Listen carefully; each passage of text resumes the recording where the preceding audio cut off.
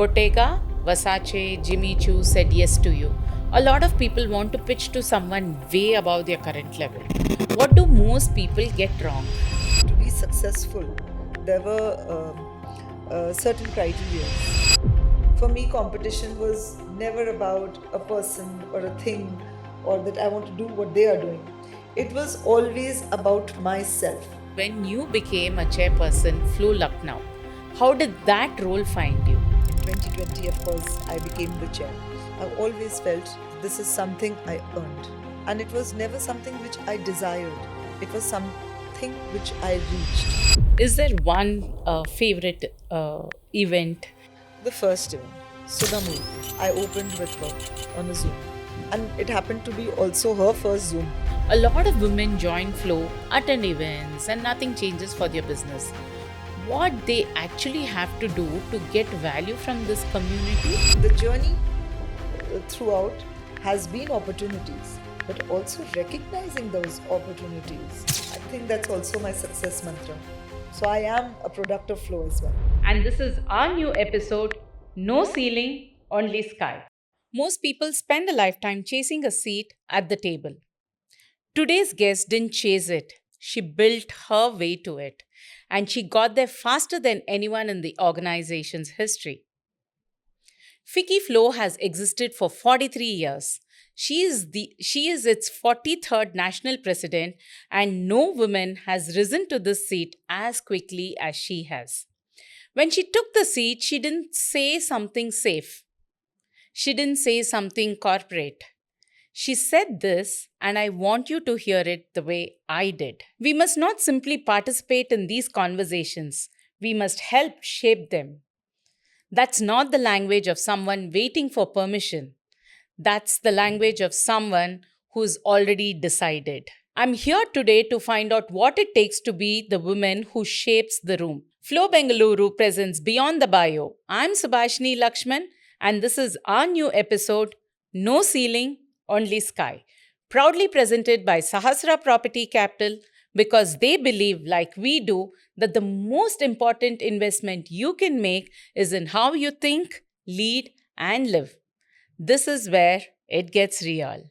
Kanpur, Lucknow, multiple cities in India, a fashion exhibition, a pandemic, and on March 30th, 2026, the 43rd National President of FICCI FLO, leading 15,000 women across India.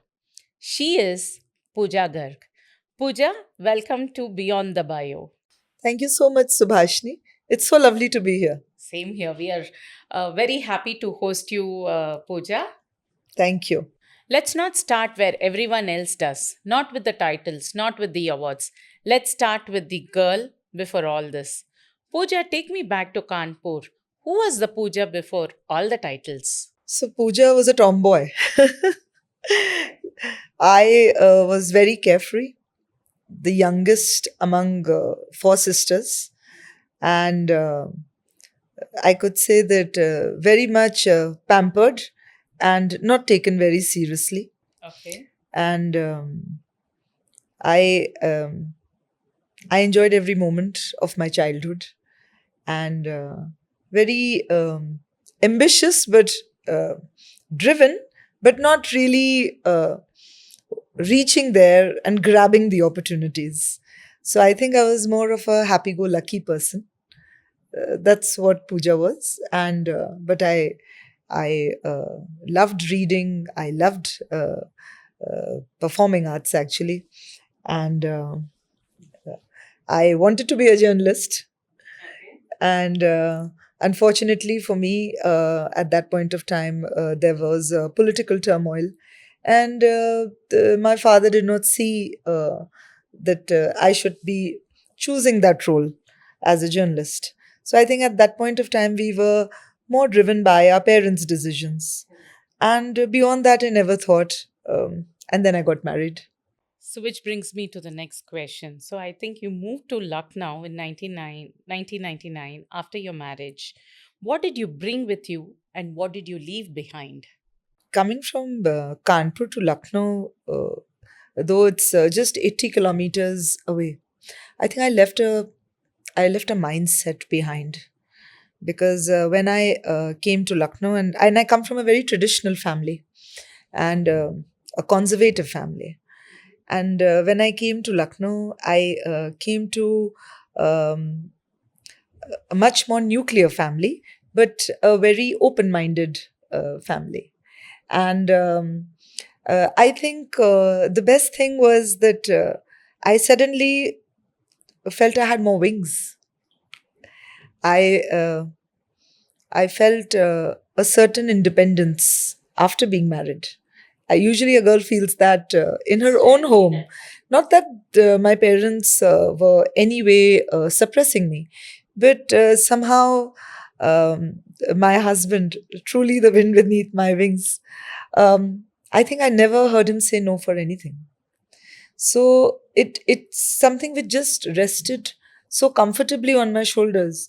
It was never something questioned. So I think, yes, that's a mindset you leave behind, and you entered into something very liberating. I can understand because I would say that's something that even I went through.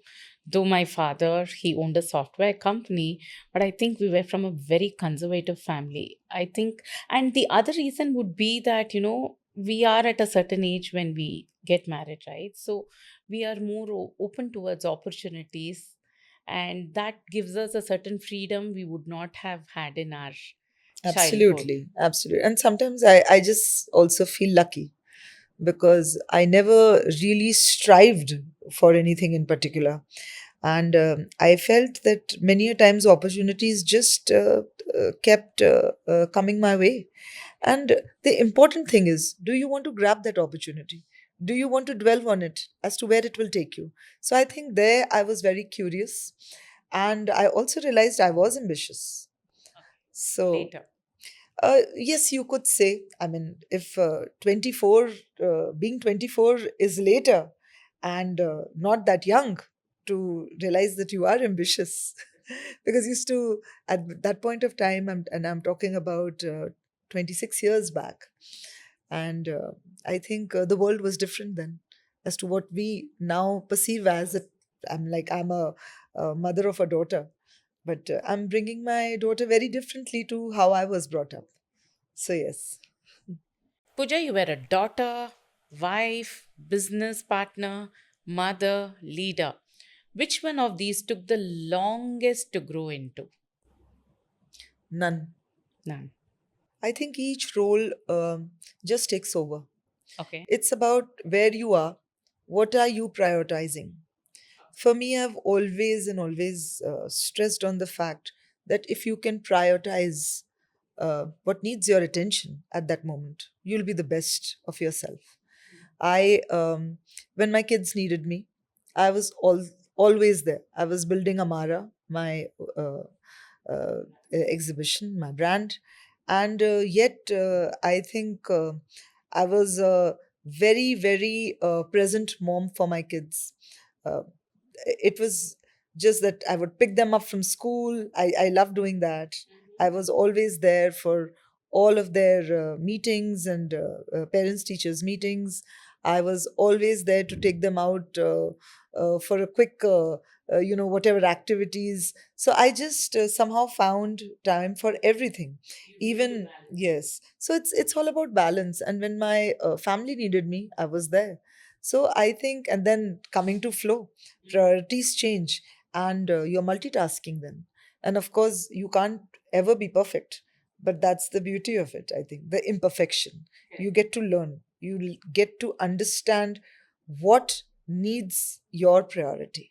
So I think nothing in my life has been like, that I had to really try very hard. It just came effortlessly to me. And that's not something that happens to everyone. So you're lucky that way. Probably. Or just, yeah, you could say that. Yeah. Let's get into the building part because before the national president title, there was a woman in Lucknow who decided to build something nobody asked her to build. You started Amara in 2010 in Lucknow at a time when malls, designer labels, retail culture were already booming. What gap did you see in that market that made you believe there was still a need for a more curated personal fashion experience? So, Subhashini, what happened in 2010? And I got married in 1999. So, you could imagine, look, 9 years. And 9 years of as a journey, just being a mother, a housewife, a very doting wife, and a home maker, basically. But I kept on doing little things. And I also realized that one fine day when um, I was looking for something in particular for Rakhi, and I just realized that I can never find anything in Lucknow. And why is that? Why have I to call it from Calcutta? Why have I to, expect it, call my sister or my sister in law in Delhi that, just send this to me? Why can't I have it here in Lucknow? So I think that is where the idea was born, that why don't we have it under one roof? So I approached a friend of mine, and she's a banker. She's also my partner. And of course, she had no idea about this, and but she found it very interesting, and we started talking about it. And we felt that there's a huge gap here. There is nothing which is available in terms of fashion or accessories, or for that matter, home decor. So we felt that there's a huge gap. The more we started to do the research work, the more markets we, explored, we realized that there is a huge dearth in the city of Lucknow, regardless of it being a capital city. And so yes, so we thought very small, and the more the more we built on the idea, the bigger it got, and from there it just took off. Yes, It goes to say necessity is the mother of invention. I think absolutely. that's Every exactly time. what happened with you. Success is all about necessity, actually. Yeah. If you can Finding out the need. identify, if you can Yes. identify what is required, what is the problem, Hmm. if you recognize that, and if you are able to solve it, there lies your success. Success. Yeah. Bottega, Versace, Jimmy Choo said yes to you. A lot of people want to pitch to someone way above their current level. What do most people get wrong? So I always feel that you need to know, whatever profession you are or whatever work you're doing, you need to know exactly where you want to reach, and what you will compromise on and what you will not compromise on. So for me, I felt that to be successful, there were certain criterias, and both me and my partner always discuss that we will not go below this, and we will and honestly, we didn't need the money. It was, Amara was born more out of passion, and it was born more out of getting something to Lucknow which they had not experienced ever. And of course, it was a gamble. We never knew how successful it's going to be. It was just a try. So as over the years Amara progressed, we also realized that we cannot compromise on what Amara stands for. We do not want to flood it because we need the money. We do not want so many exhibitors. So it was always curated, keeping in mind our buyers. So we were very, very particular about that. And I feel that even when brands approached us, of course, big brands approach you, the famous ones approach you, and then these others also. But both me and my partner were very particular as to how our market was. If we, I mean, like today, just looking at a product, I can say it will sell in my city or not sell in my city. So that is the kind, that is the kind of clarity you need in your business. So I think anybody who comes to us knows that we know our job, and they know that we will not compromise in any which way. So that is what we offer them, the class, the we offer them the viewership, the people, the right kind of markets. So I think that's what Amaris stands You out figured in. out your target market Absolutely. And we also figured out that where the gaps were and what we were offering in that to gap fill to that the, segment. yes, segment, to the people. I'm just curious, what does Amara stand for? What does it mean? Amara stands for eternal and unending. Okay, it's a Hindi Sanskrit word. Yes, it is. Puja, now let's get to the part of the story I think most people get wrong because everyone sees the title. Very few people see what it took to get there. So take us back to when you became a chairperson, FLO Lucknow.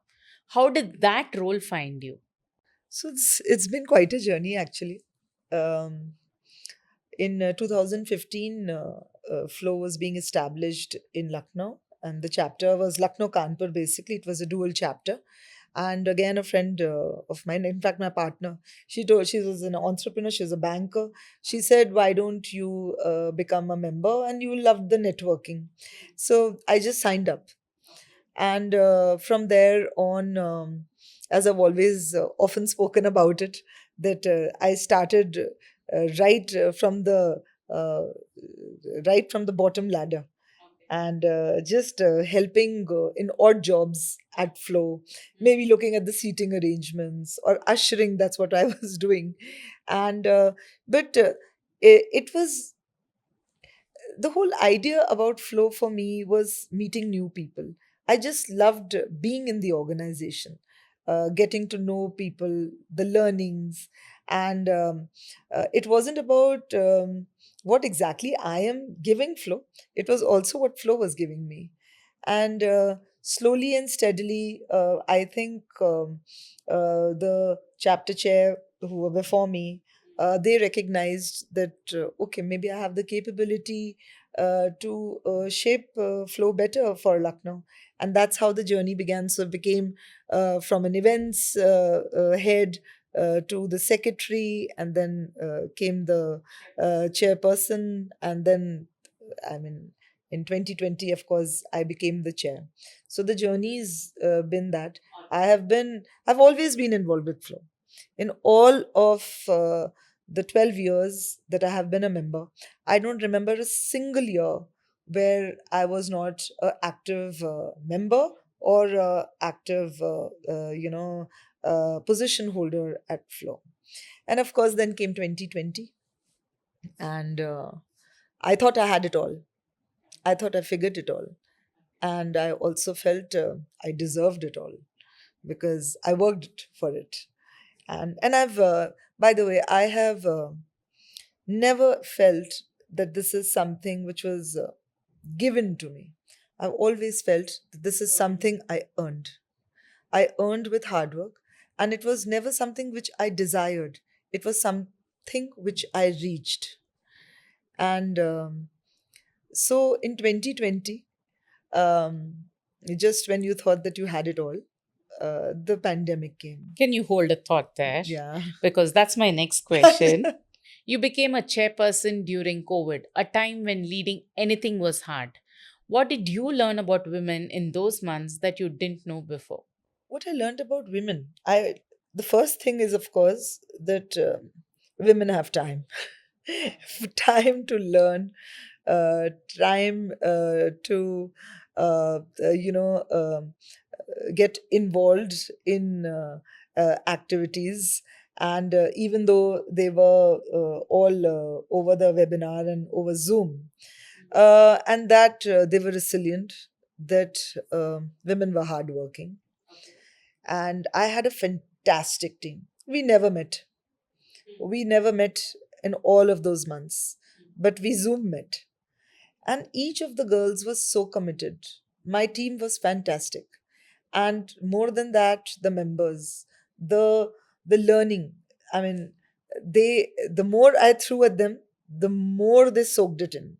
The more they wanted to learn, the more they wanted to experience. And also the pandemic taught you that. Yeah. Suddenly you All of are us learned a lot of closed and you're things. shut in your rooms, you're not able to go out, and it becomes very stifling. It becomes, I mean, you need space to breathe.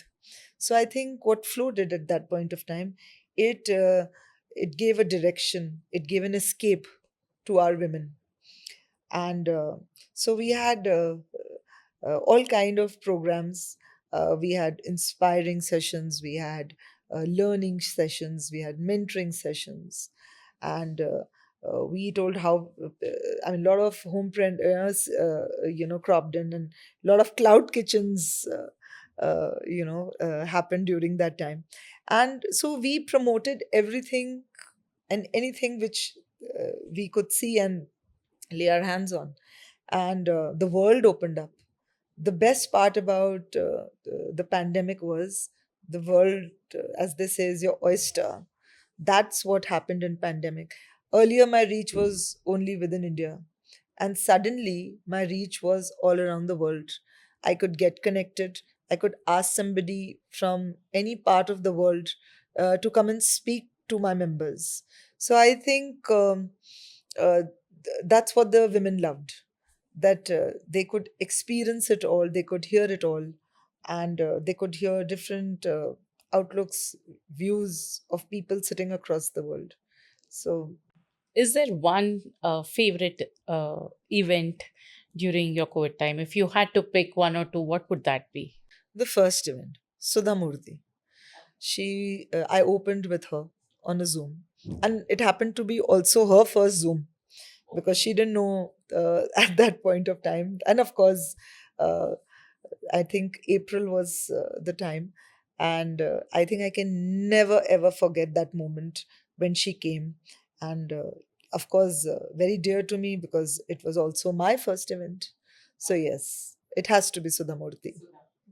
And she was fantastic. And of course, I think we have to give credit to you that you were able to figure out that you wanted Sudhamurthy as your first event. Yes, and also I think that set something in motion because you couldn't think lower than that. You could only rise from there. You couldn't think of anybody lower than Sudhamurti. Then you had to strive to do better.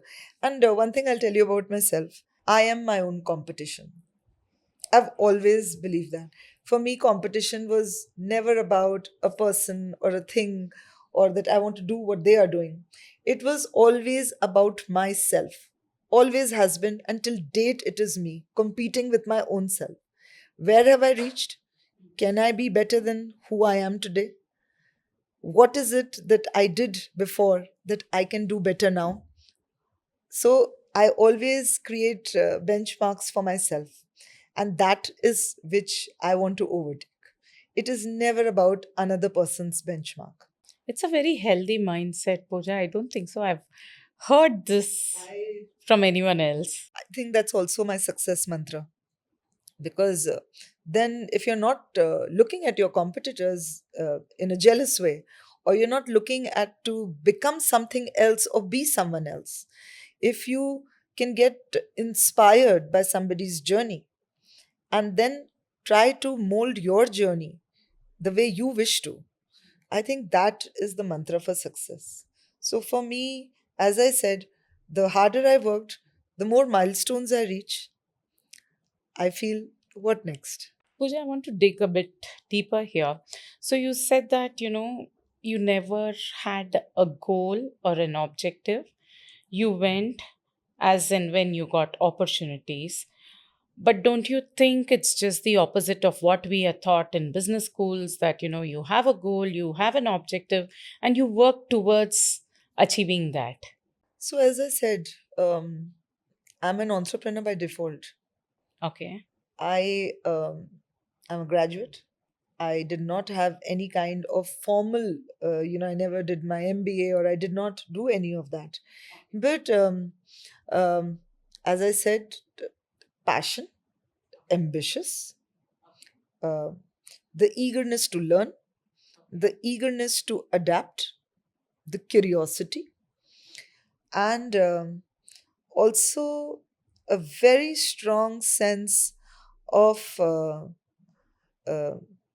trying to figure out a problem and then trying to create an answer or to find an answer, actually, not create, but to find the answer for the problem or the solution for the problem. So I think the journey has been more driven by that rather than saying that, okay, I want to become this, I want to do this. The journey throughout has been opportunities, but also recognizing those opportunities and also understanding that. this is something which I'm passionate about. I'm passionate about flow. And that is why I have been there the whole time. So I think this is something which I recognize about myself, that if I'm not there fully, mentally, I'll drop it. But if I am passionately driven about a project, then I'm going to dwell and I'm going to get deep into it and try to make it as successful as possible. And you present 100%. 100%. Yes. Then there is no going back. No going back. Then I think the people also around me, they also sometimes that feel that energy. Exactly. So So they feel that aura, and that is why I think people, your past chairperson, chose you to lead the national level. so it's the presidents actually who Okay. choose you, Okay. and uh, I'm thankful to them that they even thought of me as somebody who could lead their legacy. And today, when I am here, I think that I need to work with all the sincerity, uh, and I feel that if you put your heart to a project and without really thinking of the consequences, consequences are much later. The fruit is later. It is about the hard work you put in. It's about how much sincerity you put into a project. For me, flow, um, if you want to say it, it's a project, then yes. But if for me, flow is something um, which I think I was born to reach here and eventually lead. I have given all those years, and it's given me so much also. It's just not what I have given it. I have absorbed so much from it. So I am a product of flow as well. In the history of Flow, your journey from being a chapter member to a rising as national president has been the fastest. Can you walk us through it? So I think I've already mentioned that where it actually started from. But I think I was very consistently and persistently involved at all levels in flow. So, and after the chairperson, I became a national initiative lead, leading the village adoption program. And as I said, that I enjoyed all the roles, and I always found time for my own work and for the work of flow. And I think I don't remember any of the years not really being involved.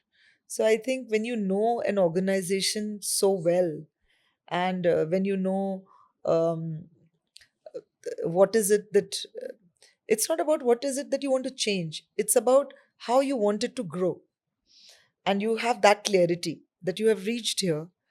Flow is here, and flow, as I can tell you, it's 42 years it's been built, and it has been created by very, very strong women, and whom I really look upon. I mean, they've today what they have shaped Flow as one of the most important women organization in Southeast Asia. It's the largest. So that credibility, you you have to take it forward, and you have to add your own essence to it. So yes, it has been the fastest for me personally.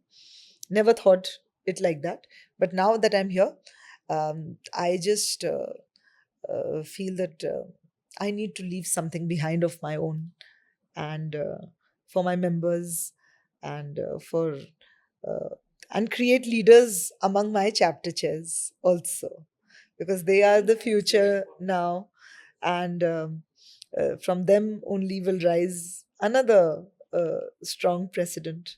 So it's women supporting women, women leading and mentoring each other. So yes, it is. A lot of women join Flow, pay their membership, attend events, and nothing changes for their business.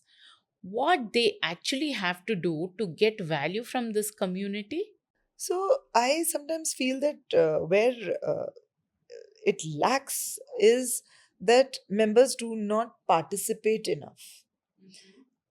Lot many times members feel that oh, this is not for me.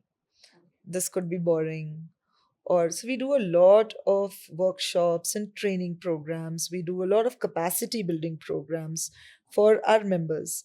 And throughout the year, at the chapter level also and at the national level also, we built out so many of such programs. But many a times I've realized that due to lack of time or just not enough interest, members overlook. They overlook their mails. They overlook the programs offered, and then they feel that, oh, it's a lost opportunity. So you have to be present. I mean, I know it's tough because you have your own work, but then from time to time you should be involved in the organization. You cannot, one day walk in and then not be a part of it for the next 3 months. You have to also start to understand the organization. It's a lot of times I hear this, that you know the, we are not getting anything out of it, or we are not able to offer anything. We don't have the time. We can't do anything for Flow. We're not asking you to do anything for us. We are asking you to participate, to learn, to grow with us for your own self. So I think one thing they really do need is participation. The more the participation will be, the more they realize the opportunities which are being offered to them. And that is when they will actually find the correct inroads in their businesses also. I mean, I'm bringing a whole lot of programs for entrepreneurs, for professionals, and for MSMEs. So it's upon to the members where it is that they want to learn. Exactly. We Yeah. offer them, so it is their choice. Yes, their choice. Yes. So, recognizing, as you said earlier, that you were quick to recognize opportunities. So, that is what our flow members also have to do. Absolutely. You've successfully balanced entrepreneurship, leadership, community building, personal relationship, all with wearing multiple hats with grace and consistency. What do you think is that one capability or mindset that helped you multitask without losing yourself in the process? I've never given that much of a thought, Subhasini. I just took each responsibility as it came. I think if you talk about the person I was 25 years, or who I am now, I feel very much evolved. And I also didn't realize multitasking came so easily. But I think that's something each woman does. It's, as I again say, it's about the priorities you set for yourself. And as I said, being a mother came naturally. Being a wife was something. It's tough to be somebody else's, to lead with somebody else's aspirations, and it's but it is how you balance that relationship also. So I think answer to that would be balance. Actually, it would be balance. It's how you balance everything in your mind, that okay, this is what is required now, and maybe lesser time for this, but the need of the hour is this. And not put too much pressure on yourself too. I'm impatient, by the way, Okay. very impatient. Okay. And I keep hearing from my husband, patience, Okay. patience. And so that is something which I'm still learning, by the way. Okay. But yes, if I look at a young Puja, Mhm. and a Puja who stands today, I think, yes, she's an evolved one. Okay. I So your yes. answer is balance. It's balance.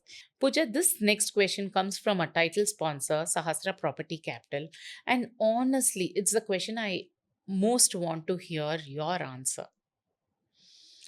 You're now sitting in the biggest seat you've ever had. The one decision that you make in the next 12 months that no one notices today, but everyone will feel years from now. What is that? I think this is a question which is asked too soon. Mm-hmm. It's just been a month that I've been on this chair.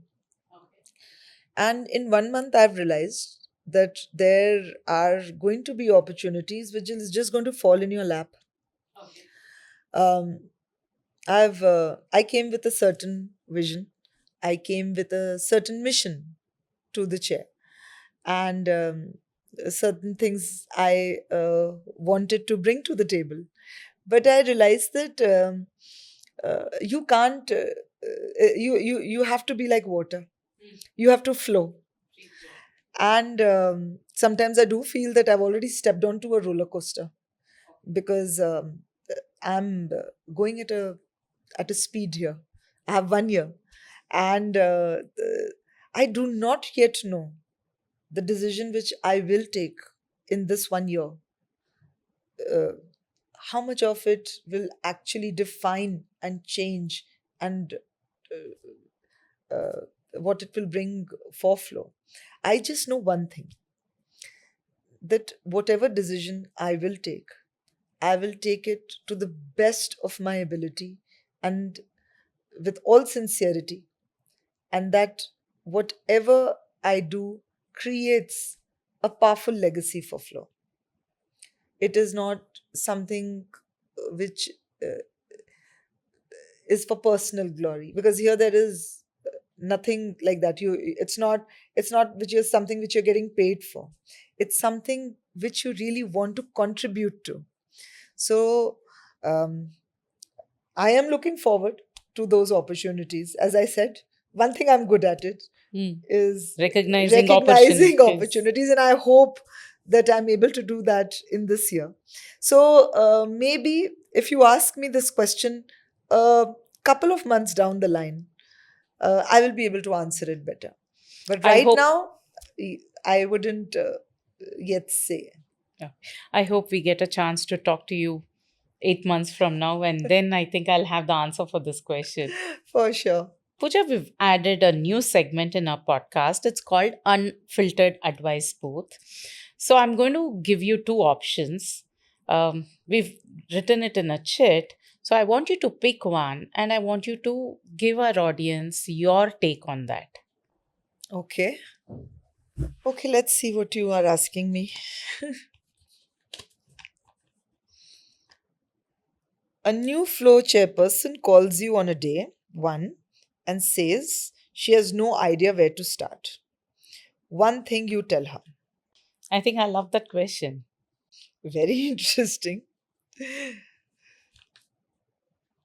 Okay, firstly, breathe. Okay, I didn't Calm expect down. that. Calm down. Mm-hmm. Once you're calm, let's have the conversation then. This is the first thing I want to tell her. And I would also want to tell her it's not as difficult as you perceive it. She needs to believe in herself.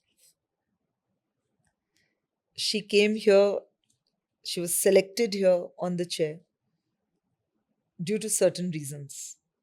And she should not stop believing in those. If somebody believed in her capability, she needs to now believe in herself. Once she starts to lead, that is where it will become all clear to her. And from there, with her, I would be hand holding her. And I say that to all my chairs, that I'm always there for you, for hand holding, for taking you along with me, um, guiding you. So for that, she'll never be left behind. And then we will talk about what and how to go about it further. Okay, Pooja, we are switching gears. Two quick rounds, no thinking, just gut. This is the part one, this or that. I'll throw two options at you. You pick one. No explanation needed. Thanks. The Let's go for it. Yes, I'm going to keep it very easy for you. Okay, let's see. The room, which would you choose? The room where you're the most experienced or the room where you're the most curious? Curious. A daughter who calls you her hero or a husband who calls you his equal? A husband who calls me his equal. Lucknow chai or London tea? Lucknow chai any day. Any day, Any right? day. It's an easy choice. Yeah. Building something new or fixing something broken. Building something new. Okay. Every time. So now this is finished the sentence. The hardest yes that I've ever said was Being the president. Lucknow taught me Resilience. power for me is Responsibility and accountability. the woman I was at 25 would not believe That I would reach this far. and be the president of FICCI FLO. Leadership is overrated when When ego sets in. It's overrated then. if I weren't doing all of this, I would be. I would still be curious and pursuing some women fancy which enters my thoughts. And I have always chased ideas. So, yes, I would still be chasing a dream and building on something which is totally new. Puja, this is the same question I ask every single guest on Beyond the Bio. No exceptions. If you could leave the flow community and all the entrepreneurs, leaders, and everyone who has tuned in with one line, one thing to carry into the week, what would it be? Always believe in yourself. Always believe that you could and can do better. Never give up hope. One thing I must say is that many a times in my life, I have also reached places which have been pretty low, and I felt that what now? I cannot rise from this. But if you believe in yourself, you believe that you can change your circumstances, and that actually it just takes a snap of a finger to change your mindset. If you could, so many a times when you're just dwelling in the negativity, you're just dwelling and you're making it so big. But what if you're dwelling in the positivity? What if you have a positive thought and you make it big? So, for all of those people out there, I want to say is that your lowest is never your lowest. You can always rise from there. There's a line Pooja wrote in her president's message on FICCI FLO's website that I keep coming back to. They say, shatter the ceiling. I see no ceiling, only sky, she said. That's not the language of someone climbing carefully. That's the language of someone who's decided a long time ago that the ceiling was never the point. And maybe that's the lesson most of us spend years navigating around what we think the limit is. The women who actually break through don't see the limit at all. They see what's beyond it. Pooja, thank you for your time, for your honesty, and for reminding all of us to stop staring at ceilings. To everyone listening, this is Beyond the Bio, Flow Bengaluru's podcast, proudly powered by Sahasra Property Capital. If something in this conversation lit something in you, do this one thing. Send it to the woman in your life who's still asking permission to dream big. She doesn't need a ceiling, she needs a sky. Subscribe, follow, share. Don't keep this one to yourself. This is where it gets real. See you next time.